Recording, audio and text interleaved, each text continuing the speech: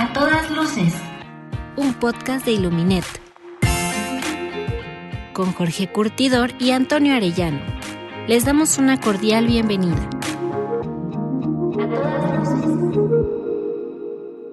Hola a todos y a todas, bienvenidos a Todas Luces. Es el episodio 9, Calculando Ando. Hoy es 1 de septiembre del 2022. Mi nombre es Jorge Curtidor. Hola, soy Toño Arellano y hoy vamos a platicar de un tema bien interesante que nos llegó un poco de sorpresa sin planearlo.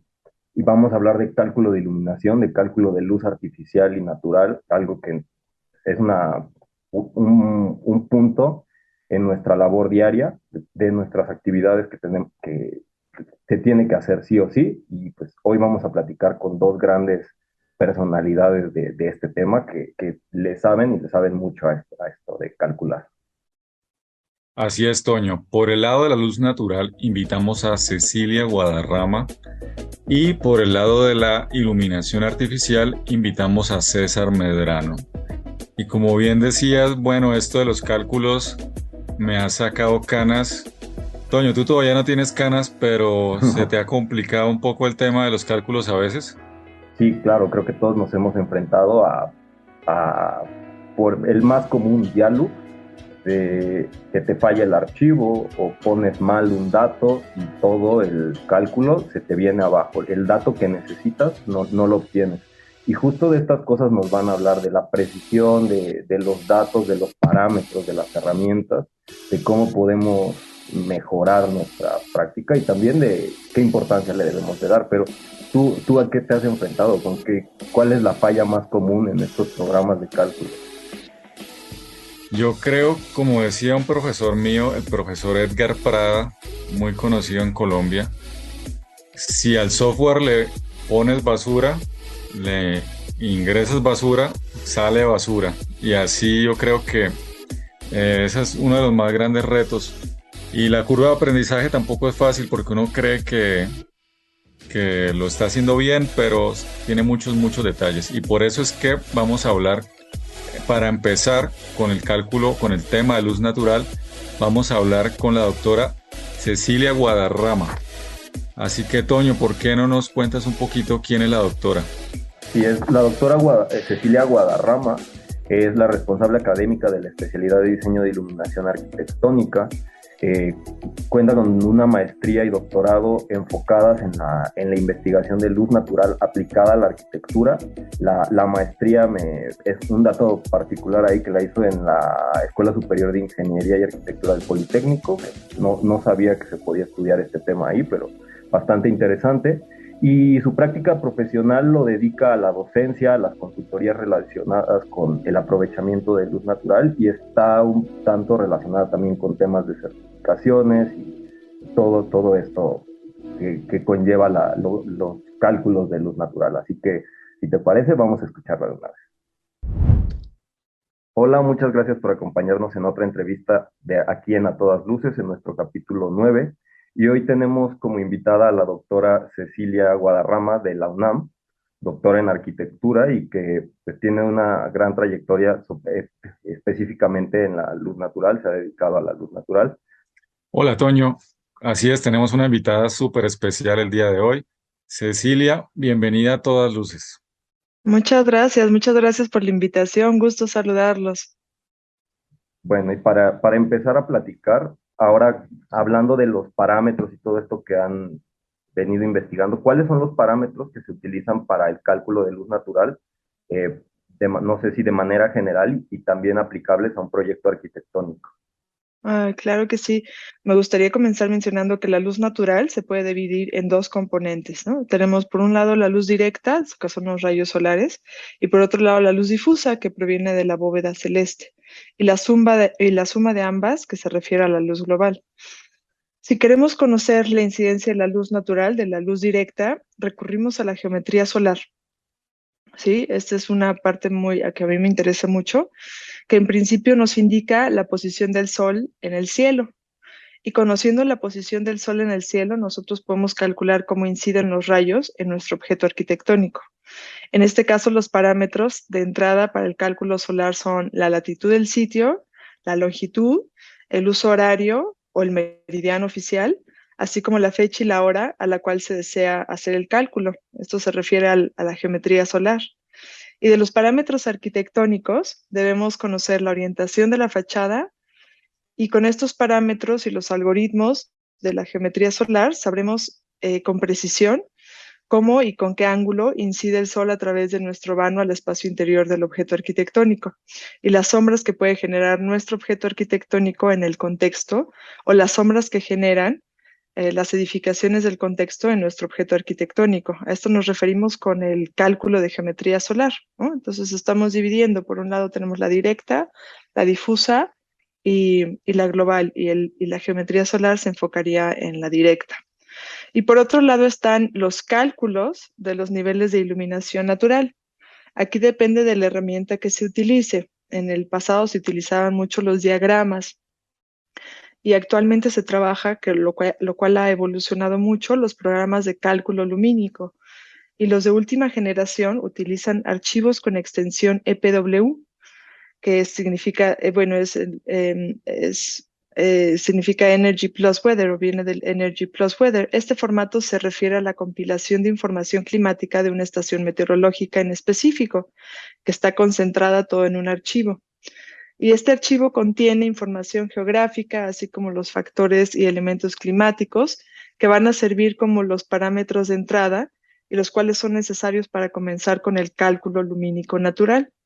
Algunos de estos parámetros que integran el archivo son la latitud, la longitud, la altitud, que por el ejemplo que les mencioné es importante, el año de registro, y los parámetros que se miden en esas estaciones meteorológicas. Algunos ya se los mencioné, pero otros sería irradiancia, temperatura, humedad, presión atmosférica, dirección, velocidad del viento, precipitación, entre otros, ¿sí? Y toda esta información la carga el programa de cálculo por medio del archivo EPW, y ya dentro del programa es necesario ingresar la información arquitectónica por medio del modelado del espacio, ¿no? Sabemos que estos modelos 3D integran toda la información, como altura del espacio, ancho, profundidad, orientación, la posición del vano, así como los materiales, acabados del interior, y si tenemos obstrucciones en el contexto, vegetación y todas las características de esto, pues también la integran para poder hacer el cálculo lumínico natural. Nos daría como resultado niveles en el interior del espacio. También luminancia, nos daría tanto iluminancia como luminancia en el interior del espacio. Uh-huh. Me surge la duda, hablando, ahora que nos cuenta de todo esto, ¿cómo se da el flujo de trabajo, la relación de trabajo en las asesorías con despachos de arquitectura o en arquitectura tal cual? ¿Cómo se dan estas asesorías? Las asesorías principalmente surgen cuando se quieren acreditar ciertas certificaciones. Cuando se quieren acreditar estas certificaciones, recurren a las asesorías, y muchas veces ya se trabaja con un espacio construido, con un espacio real, y entonces se llevan a cabo los cálculos. Depende con el programa que se esté trabajando en arquitectura, se puede trabajar en luz natural para no tenerlo que importar de un espacio, de un programa a otro, y se analizan según la certificación a la cual quisieran aplicar. Uh-huh. Que son, me imagino, principalmente LEED, WELL. Sí. ¿Qué otras has llegado a manejar? Esas son las que, principalmente LEED es la que hemos manejado. En otros países hay otros como BREEAM en Inglaterra, pero las que se manejan aquí por la cercanía con Estados Unidos es LEED.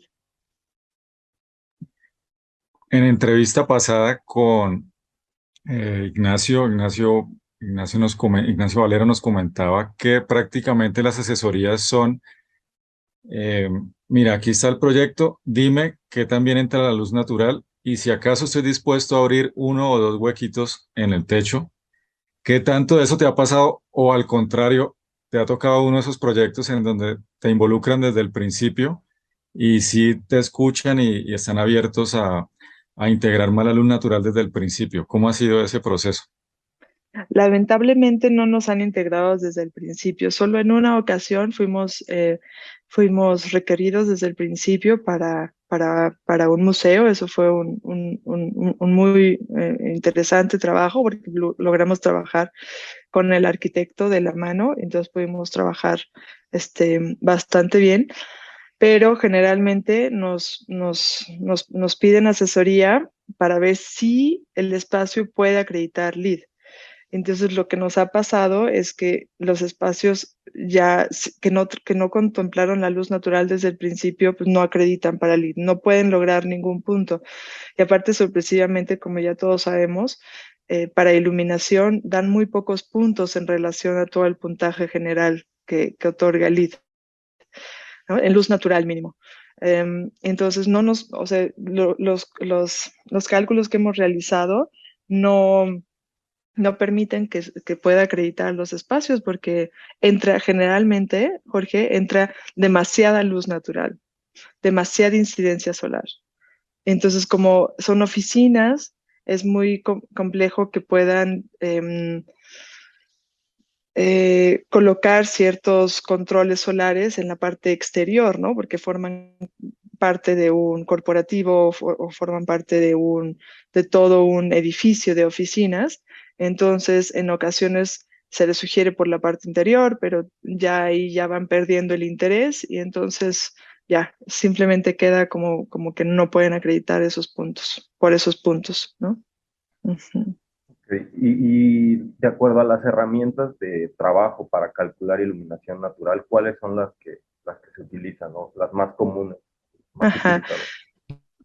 Actualmente se utilizan los programas de cómputo, como les mencioné, han avanzado muchísimo los programas de cómputo, lo cual nos deja hacer cálculos anuales de una forma bastante rápida, y son los que se utilizan para la simulación de iluminación natural. Hay programas de cómputo básicos que utilizan solo 3 tipos de cielo, ¿sí? Esto es bastante limitante ya que no representa en su totalidad las condiciones atmosféricas del sitio. Y hay otros programas que trabajan, estos 3 los amplían a 15 tipos de cielo. Estos 15 tipos de cielo son los que estableció la CIE, que es la Comisión Internacional de Iluminación. Y estos, aunque amplían más la gama, siguen representando solo de forma promedio las condiciones atmosféricas del sitio. Y están los que calculan con los datos climáticos del sitio en cuestión, que son con estos archivos EPW, y hasta la fecha son los más exactos y los más recomendados. Entonces se pueden dividir entre esos programas de cómputo. El más recomendado es el que se trabaja con EPW. ¿Y nos podrías dar los nombres específicos de los programas para que nuestros oyentes los tengan en cuenta? Sí, claro que sí. Mira, primero está Rhinoceros, que trabaja con Honeybee y con Ladybug. Y trabaja también con Climate Studio, que sustituye a Diva. Y esos programas son de dominio privado y trabajan con archivos EPW. Y hay uno que es muy sencillo y que me gusta bastante porque la interfaz gráfica es muy amigable. Es de dominio público y es de un investigador que está poniendo al alcance de todos varias aplicaciones. Este investigador se llama Andrew March y si buscan así su nombre les sale todas las aplicaciones que está poniendo a disposición, que son públicas, y tiene un pequeño motor para calcular la luz natural. Y también el alimento para esto es el archivo EPW.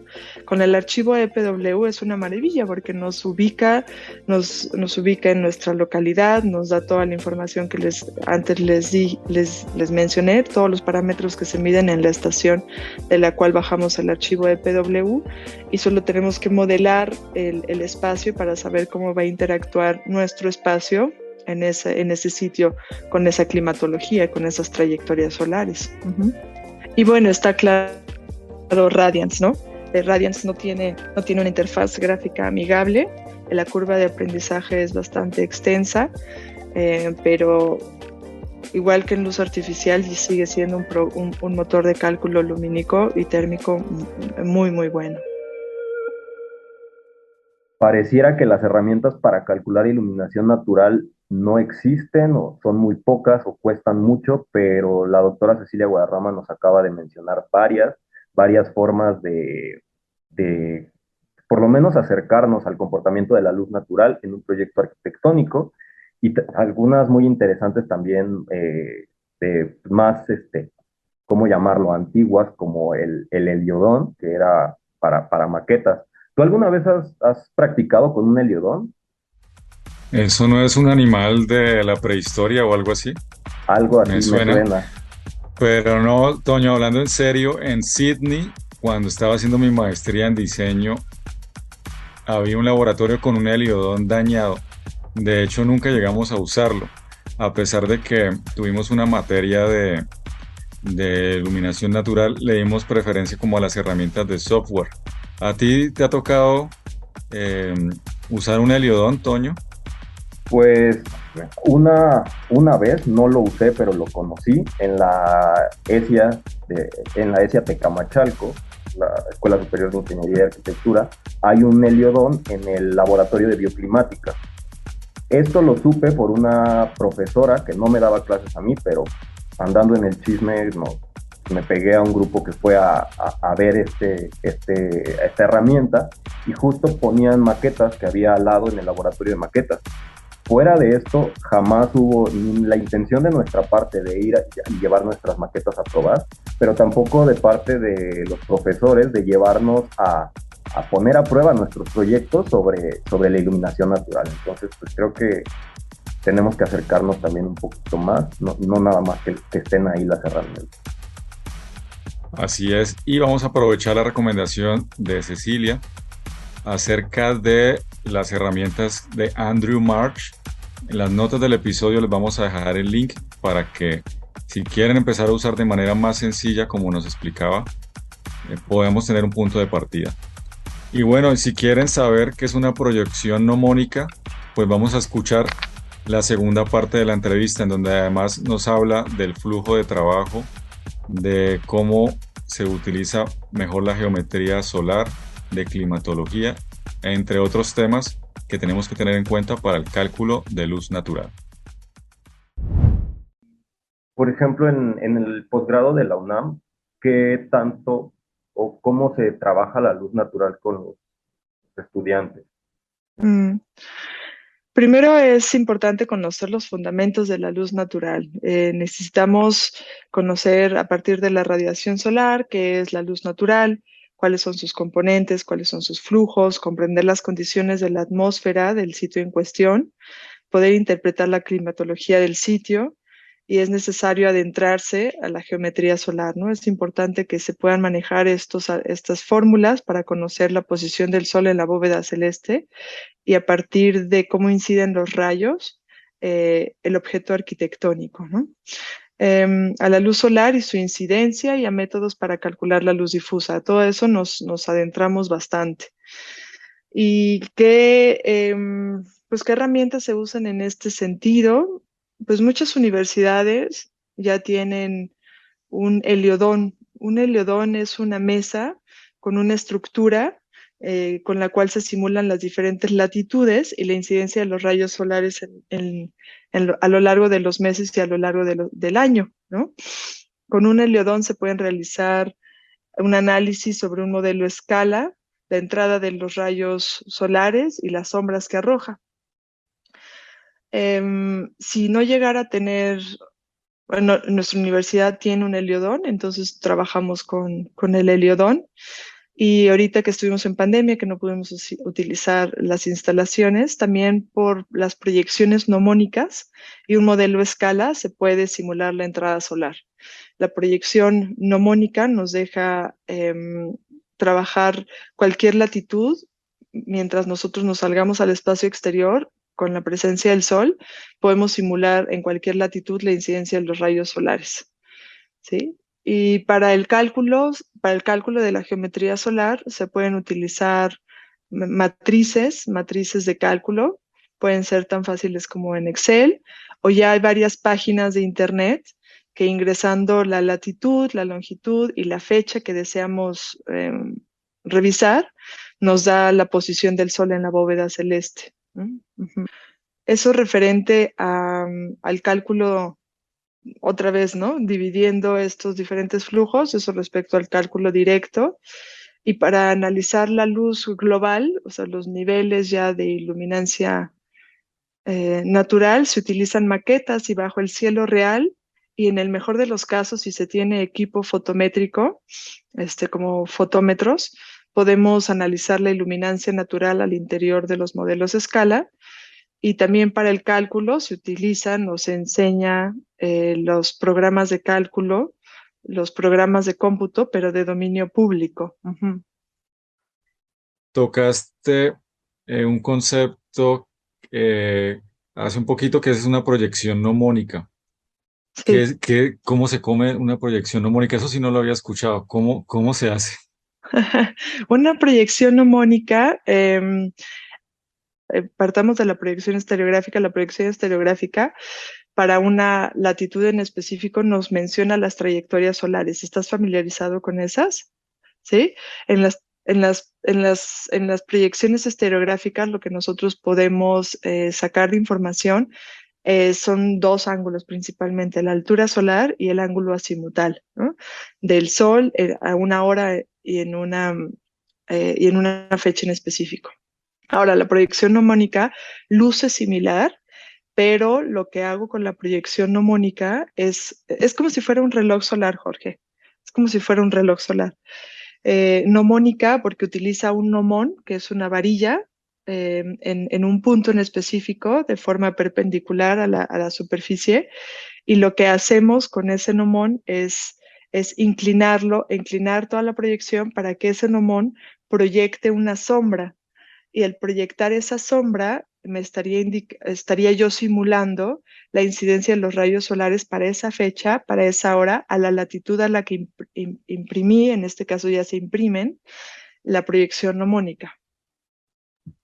Ok, entendido. Entonces, bueno, ahí ¿Sí? tenemos una serie de herramientas Sí, y bueno, estas nos ayuda para una fecha y una hora específica, nos ayuda a entender, podemos simular cómo se van a comportar las sí, sombras en sí. ese espacio. Ok, Y una latitud, claramente, ¿no? hay Siempre una tenemos la latitud, latitud. claro, Ujú, ujú. claro, claro. Y también dentro de lo que habíamos hablado, me surgió una duda, cómo con el calentamiento global, siempre nosotros nos andamos diciendo, uy, está haciendo más calor, Bogotá está más caliente, bueno, Ciudad de México, donde sea, que eso se ve registrado en los CPWs también, como digamos, sabemos que se está calentando un poco la Tierra, también estamos recibiendo más energía del Sol que se traduce en disponibilidad de niveles de iluminación.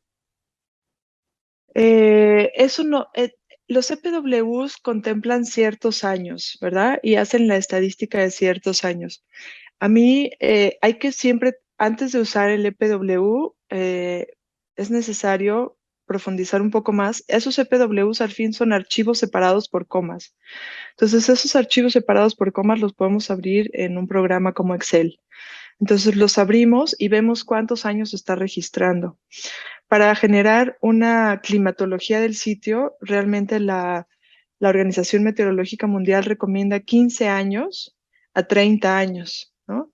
Y ahí podemos ver estas variaciones. Pero yo de los archivos que he abierto, que he investigado, no se ve directamente o considerablemente ese calentamiento. Sin embargo, hay varios trabajos de investigación en la Ciudad de México, en donde sí se está reportando que hay un incremento más o menos de 2 grados en la Ciudad de México. O sea, son investigaciones enfocadas en ese tema, ¿no? Ujú. Pero recapitulando un poquito, claro, tendríamos que esperar un poco como para verlos en esos registros de 15 años para poder entender esa parte. Y otra pregunta, Cecilia, me surge una duda. ¿Qué limitaciones tienen los cálculos y las representaciones? Por ejemplo, yo entiendo que el tema del deslumbramiento no lo podemos entender muy bien en una pantalla porque si lo tratamos de hacer en unos lentes de realidad virtual no podemos simular algo tan fuerte con una pantalla como el sol, por ejemplo. Okay. Entiendo que eso es una limitación en cuanto a las representaciones, pero ¿qué otras cosas se nos quedan cortos de pronto en los software que tu experiencia nos puede aportar, que hay que tener cuidado cuando estamos haciendo ese tipo de cálculos o apreciaciones? Pues mira, en sí lo que hemos visto de los programas de cómputo respecto al cálculo lumínico es que nos dan promedios, ¿no? Diferente que cuando nosotros medimos el espacio. Cuando nosotros medimos el espacio, tenemos mucho más variación. Tenemos picos que de repente requieren justo un análisis. Esos picos puede ser justo un brillo en ese punto en específico. Pueden pues tener variaciones que son muy interesantes de analizar. Y a comparación de los cálculos lumínicos, son mucho más promedios y evitan esas variaciones. Ujú, Bien, importante para tener en cuenta ujú. porque sí es muy variable la luz natural y ese es uno de los temas más difíciles y tal vez es por una de las razones que más tal vez nos da pereza o dificultad tener que afrontar. Y precisamente, ¿cómo hacer para que se cobre mayor relevancia el tema de la luz natural? ¿Cómo impulsamos, cómo motivamos a que no salgamos de la zona de confort a solamente calcular iluminación artificial? Sí. ¿Cómo impulsar? Pues antes de impulsar el cálculo, me gustaría pensar en cómo podemos impulsar para que los arquitectos trabajen con la luz natural, ¿no? Cómo convertir la luz natural en un elemento más de diseño. Y el cálculo, para mí el cálculo viene a corroborar una intención, ya, ¿no? Los arquitectos, los diseñadores de iluminación deberían de diseñar el objeto arquitectónico a partir de la luz natural. No nos enfrentamos a una hoja en blanco cuando estamos diseñando. Siempre los profesores dicen, cuando uno se enfrenta a una hoja en blanco. No es cierto, nunca nos enfrentamos a una hoja en blanco. Tenemos un sitio, tenemos una climatología, tenemos una trayectoria solar y estos son los parámetros de partida.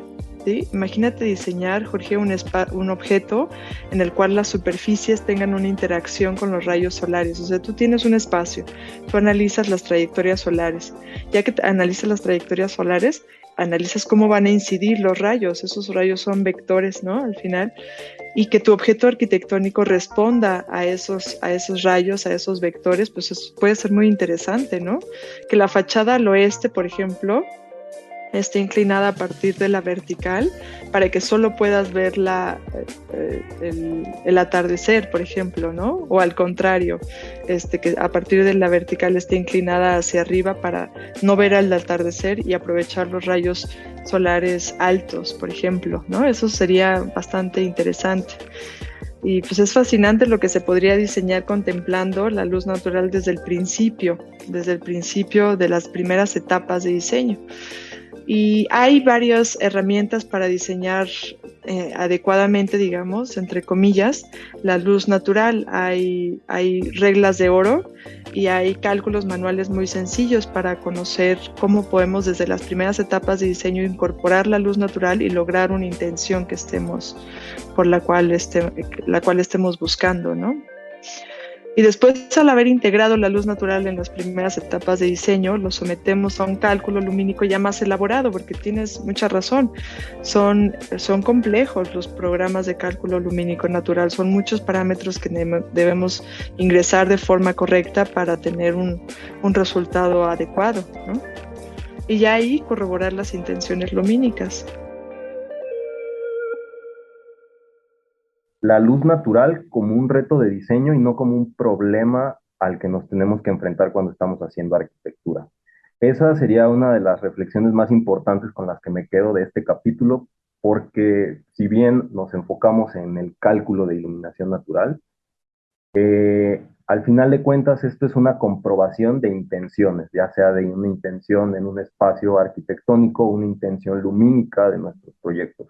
Y esto viene mucho a colación con lo que platicamos con César, que bien, nosotros intentábamos enfocarnos y antes de hacer el capítulo teníamos en mente números y parámetros y estas cosas.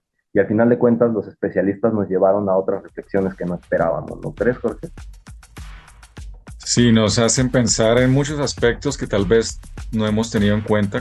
Como bien dices, tal vez la luz natural es un dolor de cabeza porque es muy variable, porque tiene a veces mucha intensidad, a veces es impredecible, cambia de color, entonces se vuelve en un completo reto. Los software nos ayudan en algo y por eso hemos traído a César.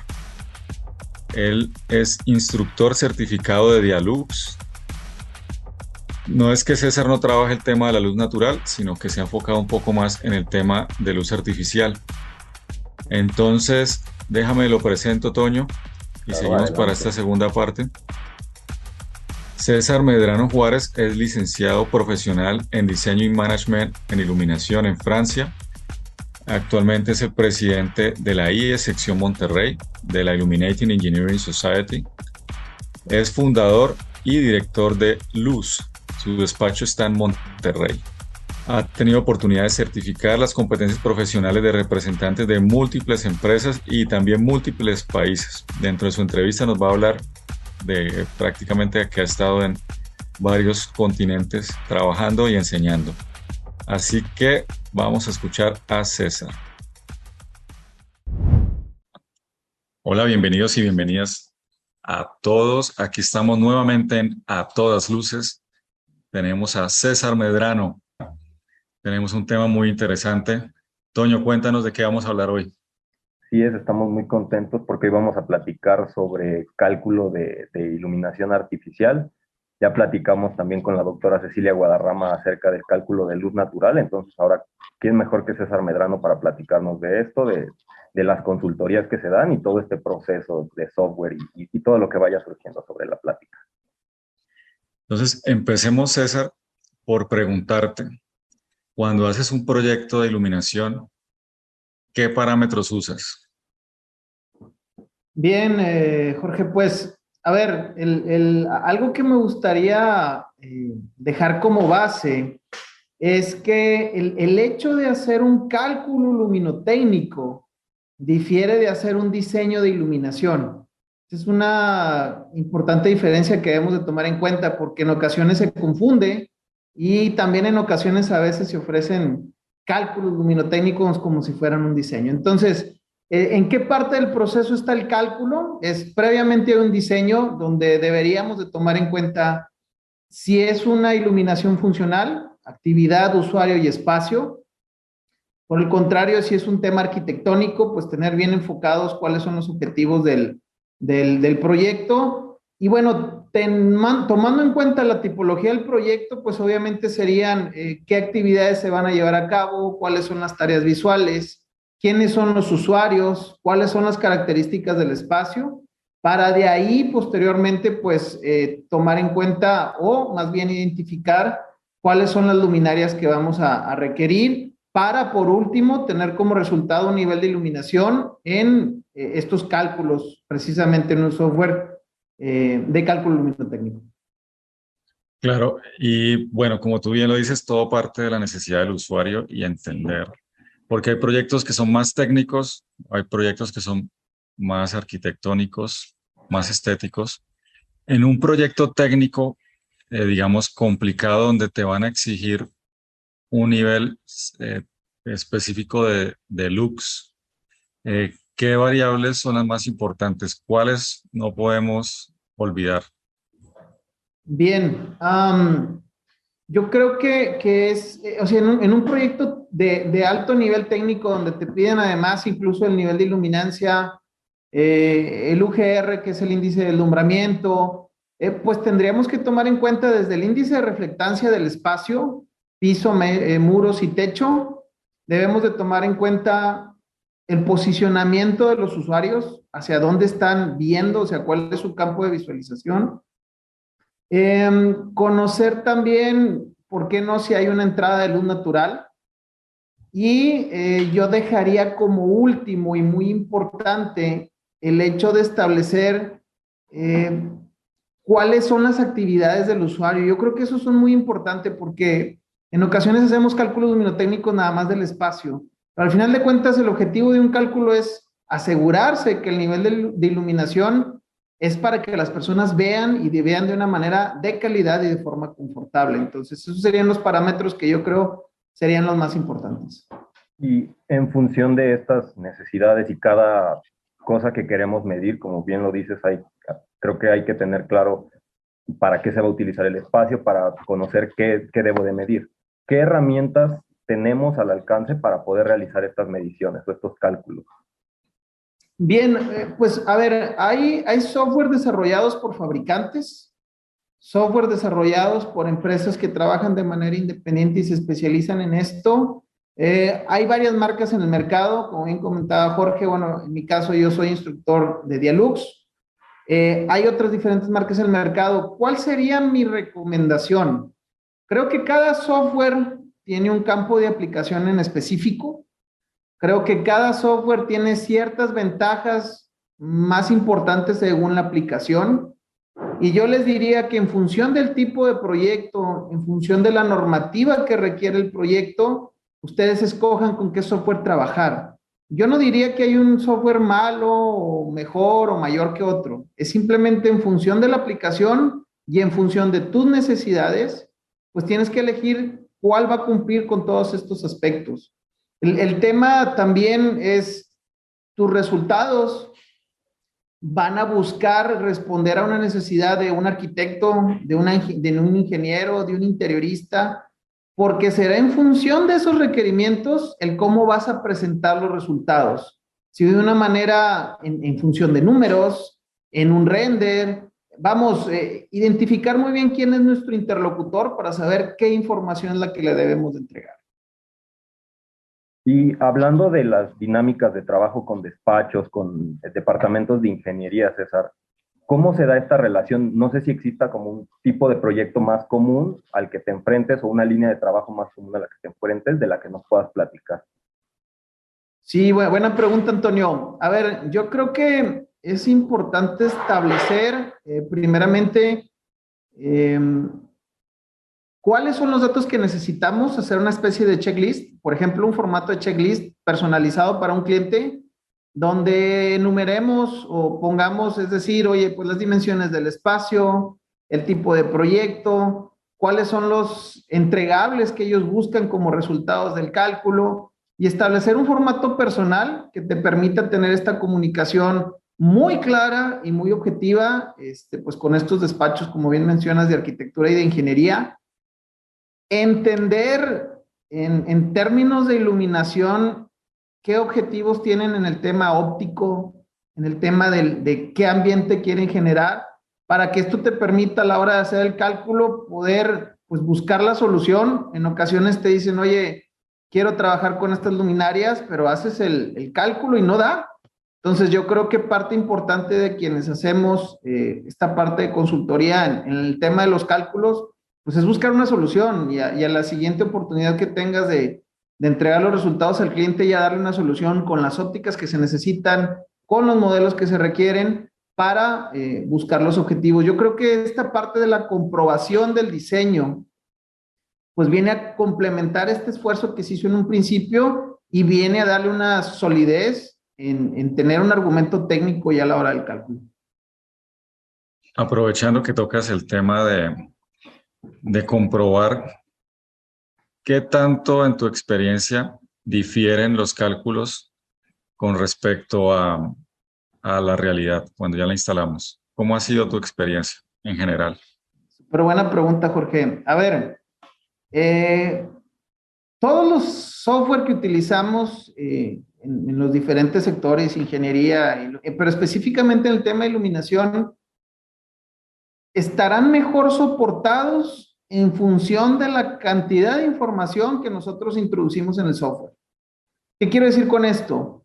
Que entre más nutramos de datos al software para especificar cómo es el proyecto, llevaremos una mayor probabilidad de que el resultado del cálculo sea semejante o similar a la instalación en la vida real.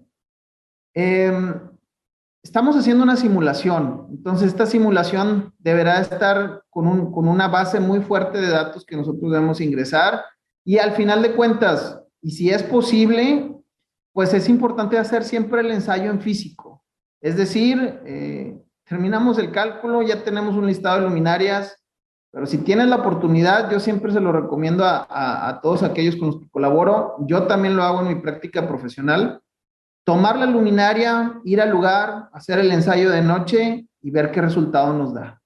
Sí, es cierto, nada reemplaza una prueba.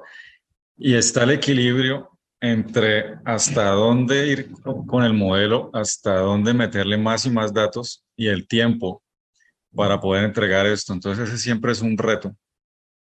Sí, ahí me gustaría agregar algo. A ver, yo creo que dos tipologías generales de proyectos. Está el proyecto arquitectónico, en donde nuestro objetivo es la puesta en valor, pues, de un edificio, de un monumento, de un objeto, en donde se busca transmitir un sentimiento, transmitir un significado de este objeto. Y definitivamente podemos hacer renders muy interesantes en diferentes software de cálculo. Se puede llegar a una imagen, vamos, muy ligada o muy parecida a la realidad.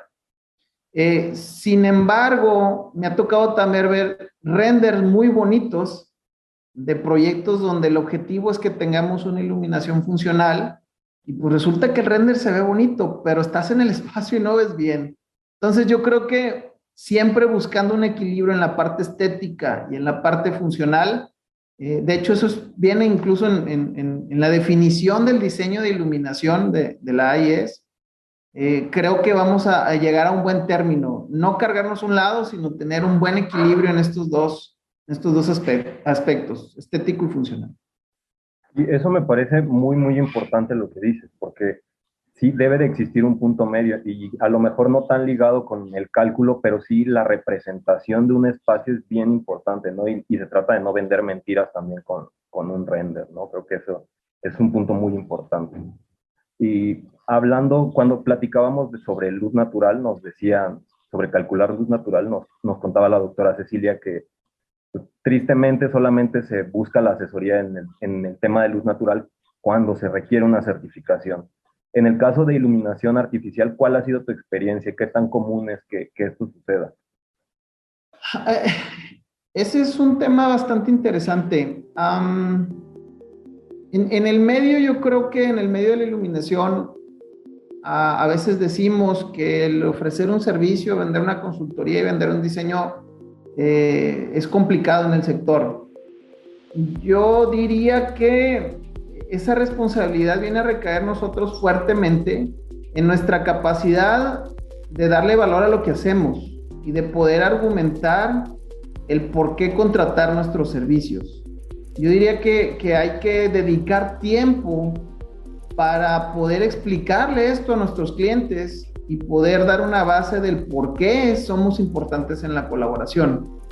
Me ha sucedido que he ido con despachos, me dicen, es un área que tenemos solucionada, el nivel que nos solicitan es un nivel básico que tenemos nuestro proyecto y con eso es suficiente, es válido, me ha pasado. Sin embargo, ha habido otros fabricantes, despachos de arquitectura, de ingeniería, etcétera, que sí le dan un valor alto a esto, ¿no? Entonces yo creo que va mucho de la mano en cómo nosotros ofrecemos nuestro servicio y argumentamos el por qué sí es parte importante del proyecto de iluminación. Qué importante es no confundir cálculo con diseño de iluminación y también el papel y el lugar que ocupa en una línea de trabajo de diseño de iluminación. También nos menciona César un montón de tipos de software que yo no conocía de algunos tipos, pero tú Jorge, ¿cuáles son los que más utilizas, tu software de confianza? Tenemos de primera mano el Dialux porque es gratuito. En el pasado me gusta mucho el AGI 32, pero AGI 32, origen americano. Ya un gran tiempo de desarrollo. Es un poco costosa su licencia anual, pero tiene una interfaz muy robusta con el AutoCAD. También tenemos otros en el mercado, está también Relux, Lightstar, Y luego vienen un sinfín de otros cálculos, de programas de cálculo que están más asociados a un fabricante. Y Pero bueno, como bien decías, si me dejas hacer ahí el apunte sobre Relux, creo que también es un software bastante confiable, muy estable, que no se atora, te permite integrar muchas luminarias. Me parece que es alemán o de Bélgica, no estoy muy seguro, pero también me parece que es un software que vale la pena ahí tenerlo guardado para comparar con Dialux y ver para qué te sirve uno y otro. fíjate que nunca me gustó su interfase, pero ya es una cuestión de gustos, ¿no? Ya lo Wow. que más se adapte para a cada uno, para el gusto de cada uno, pero muy importante, lo volvemos a decir, son solo herramientas, no son diseños, no pueden representar muchas cosas. Y para eso vamos a hablar entonces de los problemas, las historias que no nos cuentan los software. También vamos a hablar de algunas normas internacionales y por último César también nos va a comentar acerca de un curso muy interesante que está pasando en estos momentos. Así que escuchemos la segunda parte de la entrevista con César Medrano. César, y volviendo un poco al cálculo en sí mismo, ¿cuál es el punto de pronto, cuál es la variable que más problemas te da? Por ejemplo, a mí me encontrar a veces índices de reflectancia o texturas como que estar seguro de que sí esté reflejando realmente el 50%, o tal vez la información de los fabricantes no siempre llega tan oportunamente. En tu experiencia, ¿cuáles de esas variables que le introduces al software son las más complejas? A ver, sabemos que el tema de las reflectancias juega un papel muy importante porque si estamos en un espacio claro, obviamente necesitamos de una menor cantidad de luminarias para llegar a un nivel de iluminación. Por el otro lado, si estamos en un lugar muy oscuro, pues requerimos una mayor cantidad de luminarias. Algo de lo que yo hago para dar solución a esta práctica es hacer un levantamiento en el lugar. Si no lo hago yo, explicar cómo hacer un levantamiento en el lugar. Literalmente con tu luxómetro, verificar el nivel de reflexión de la superficie y es uno de los requerimientos que yo pongo en el levantamiento de información. Otro tema crítico y que creo que sucede mucho en el sector de iluminación es que los archivos fotométricos no son en ocasiones los específicos del modelo. Hay una creencia en general de que porque una luminaria se parece físicamente a otra, puede usar ese archivo fotométrico. E incluso en alguna ocasión también pues la modificación de archivos fotométricos de una manera, ¿cómo decirlo? Pues literal, muy rápida, muy sin un sustento técnico, ¿no? Entonces yo creo que la parte de respetar los archivos fotométricos que pasaron por un proceso en un laboratorio bajo condiciones específicas y que hay un fabricante que invirtió en esta parte de una herramienta para brindarnos a quien hacemos proyectos, se vuelve un tema crítico para hacer un cálculo, vamos, que tenga sentido a la hora de instalar. César, yo tengo por aquí otra inquietud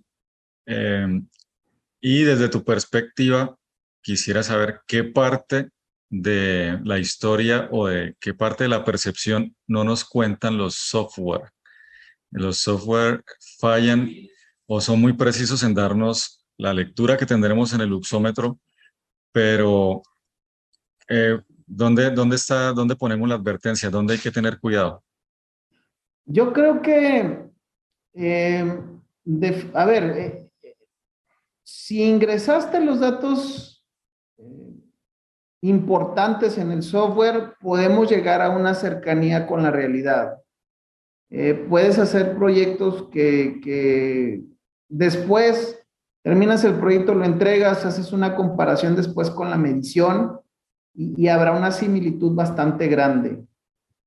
Sin embargo, a la hora de hacer la simulación, en ocasiones no tomamos en cuenta objetos que están en el lugar.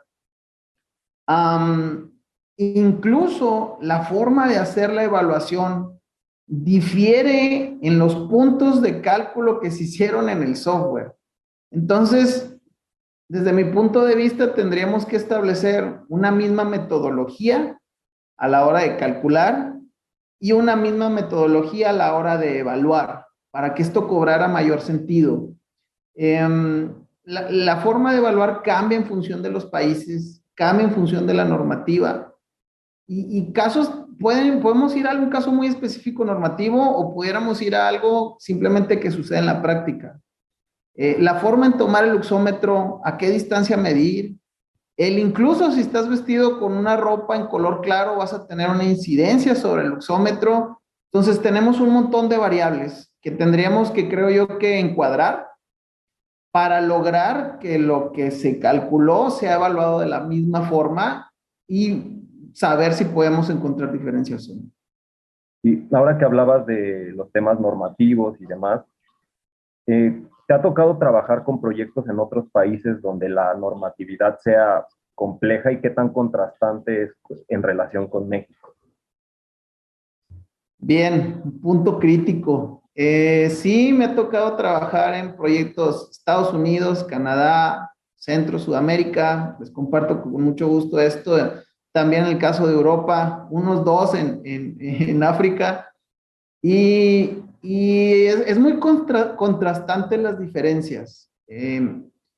Digo, me sucedió algo que me dejó pensando mucho hace tiempo, conversando con un buen amigo que trabaja fuera de México. Yo le cuestionaba y le decía, oye, ¿y en tu país cómo evalúan que los proyectos se hagan bien o mal en función de una norma? Y me decía, pues nadie, porque existe una norma. Y si existe una norma, todos la deben de cumplir por el solo hecho de existir. Y me dejó un aprendizaje en donde efectivamente, primero, los proyectos deben de estar argumentados técnicamente de mejor manera. Las luminarias que se utilizan tienen un nivel de calidad más alto en el tema óptico, en el tema de calidad de la luz. No vayamos lejos, el tema de UGR es algo que al día de hoy no contemplamos en nuestro país, pero que es algo de suma importancia. Tenemos que trabajar en actualizar esta normatividad que tenemos al día de hoy, ese es otro tema. Pero a lo que voy al punto es, definitivamente una norma mejor preparada va a dar como resultado mejores proyectos de iluminación.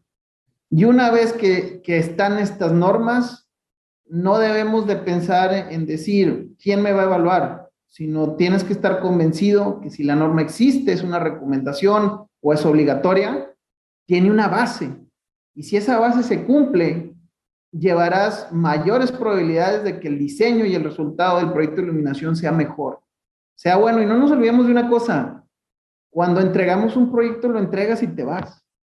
Yo creo que tenemos que fortalecer esa empatía para saber que va a haber una persona ahí realizando alguna actividad todos los días durante una buena cantidad de tiempo. Entonces, en la medida en que tengamos esa empatía y pensemos en los usuarios finales, tendremos mejores resultados. Gracias, César. Y para cerrar, ¿por qué no nos hablas un poco más de ese curso que estás haciendo y que ya vas a llevar a Guadalajara y que estás impartiendo sobre las mediciones de la NOM 025? En particular, ¿qué tenemos que tener en cuenta para el caso México y qué se puede aprovechar en tu curso? ¿Qué aprendemos en tu curso? Sí, Jorge, fíjate que este curso nace precisamente del requerimiento de saber, nosotros como profesionales de la iluminación, cuál es nuestro alcance, qué vamos a ofrecer y qué beneficios va a traer al proyecto de iluminación. En el caso específico de México, aplicando la norma 025, que es condiciones de iluminación en centros de trabajo, que deriva de la STPS, aquí hay 3 factores importantes. Estamos los profesionales de la iluminación, están los laboratorios de prueba y las unidades de verificación. Cabe señalar que estos últimos 2 deben de estar aprobados por la entidad mexicana de acreditación EMA y por la STPS para poder llevar a cabo sus actividades. Y ellos llevan un proceso de calidad, tienen que estar certificados, etcétera. Vamos, ¿qué quiero decir con esto? Que tienen que ser entes que dedican su tiempo precisamente a la evaluación de esta norma. El tema es que nosotros al momento de hacer proyectos, en ocasiones haces un proyecto que difiere de la metodología sobre la cual es medido un proyecto de la iluminación según la NOM 025. Entonces, nosotros tenemos que configurar nuestro software de cálculo para que haga una evaluación igual, tomando en cuenta la misma metodología que se toma en cuenta en la norma, para que esto cobre sentido. Además, en ocasiones me ha tocado ver en la práctica que hay quienes ofrecen el servicio de medición a las empresas. Van, miden, me ha tocado ver algunos con celular. Por favor, no hagan esto, se los pido. Con celular no se mide, cómprense un luxómetro y si lo pueden certificar, mejor, ante un laboratorio acreditado ante EMA. ¿Y a qué voy? Que la medición también debe tener un sentido, lleva una metodología. Y cabe destacar que este curso está enfocado en aquellos que hacen proyectos de iluminación y nos va a llevar a un alcance del diagnóstico. ¿Qué quiere decir? Voy a llegar a un lugar, voy a entender cómo funciona este espacio, voy a entender las actividades de los usuarios y en función de esto voy a poder establecer cuántos puntos de medición debo medir y su ubicación. Esto me va a permitir llegar a un resultado y a un informe que me diga en el diagnóstico qué puntos están fuera de norma, número 1, y cuáles son las acciones correctivas a realizar. Posteriormente, una vez hechas las acciones correctivas, hacer una segunda evaluación de nuestra parte y poder estar tranquilos que el proyecto va a cumplir con la normatividad al 100%. Para que a su vez, el día que un laboratorio de prueba o una unidad de verificación o un agente acreditado de STPS visite las instalaciones, pueda llevar a cabo su propia evaluación, las cuales estarán a la par con la que hicimos, y ustedes tengan la tranquilidad de que el proyecto pues va a cumplir con el tema normativo en iluminación, obviamente. Muchas gracias, César, por esos tips, los consejos para poder aplicar mejor la luz y valernos de los software. Te deseamos mucha suerte en ese nuevo emprendimiento, con ese nuevo curso que estás llevando por varios lados de la República Mexicana. Y muchas gracias, Cecilia, la doctora Cecilia, siempre muy abierta, siempre dispuesta, colaborando y haciendo crecer el conocimiento de la luz y en especial la luz natural desde la UNAM. Y bueno, ¿qué más sucede en el medio, Toño? ¿Qué nos puedes comentar por ahí como aviso parroquial? Bueno, dos avisos parroquiales importantes. El primero es que Simón ya lanzó su convocatoria para Living Places, está abierta hasta el 16 de septiembre. Y esto está enfocado en proyectos arquitectónicos construidos durante 2020 y 2021, desde el 1 de enero de 2020 hasta el 31 de diciembre de 2021, para proyectos construidos en Europa, México y Brasil. Entonces les vamos a dejar el enlace para que lean toda la convocatoria, todas las bases, tanto en Simón como en Illuminet. Ahí van a poder encontrar estos links donde sea que nos estén escuchando. Y el segundo aviso parroquial es que el 23 de septiembre les recordamos que vamos a estar dentro del Festival Mextrópoli con una tarde de luz, un recorrido y un Lights and Beers. Ahí nos vamos a poder encontrar por primera vez nosotros ya con este proyecto de A Todas Luces. Vamos a andar entrevistando gente y escuchando lo que suceda ahí. ¿Por qué no? También hacer un capítulo dedicado a todo lo que suceda y todo lo que captemos ahí. Pero mientras también pasan cosas en la IES, ¿no, Jorge? Tú también tienes algo por ahí guardado. El día de hoy, justamente 1 de septiembre, tenemos el primer Launch and Learn en el Lighting Application Center de Signify. Esto es aquí en la Ciudad de México, en Interlomas.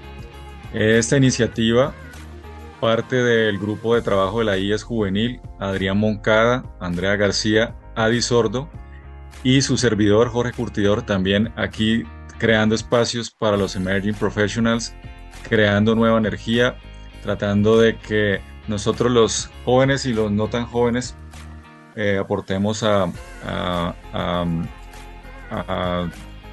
difundir un poco este mensaje de la luz.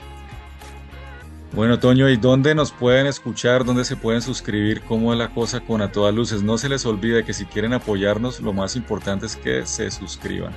Así es, suscríbanse donde sea que nos estén escuchando. Y si quieren estar más informados de lo que estamos publicando, recuerden que la semana en la que no tenemos capítulos, siempre publicamos una entrevista en nuestro canal de YouTube, entonces ahí pueden ir a consultar. Y también nos pueden seguir en atodasluces.iluminet.com.